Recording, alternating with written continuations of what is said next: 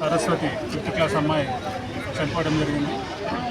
దాని మీద అమ్మాయి తండ్రి సోమయ్య అనుమానం వ్యక్తం చేస్తూ మాకు పోలీస్ స్టేషన్లో కంప్లైంట్ చేయడం జరిగింది. దాని మీద అనుమానాస్పద మృతి కింద కేసు నమోదు చేస్తున్నాం.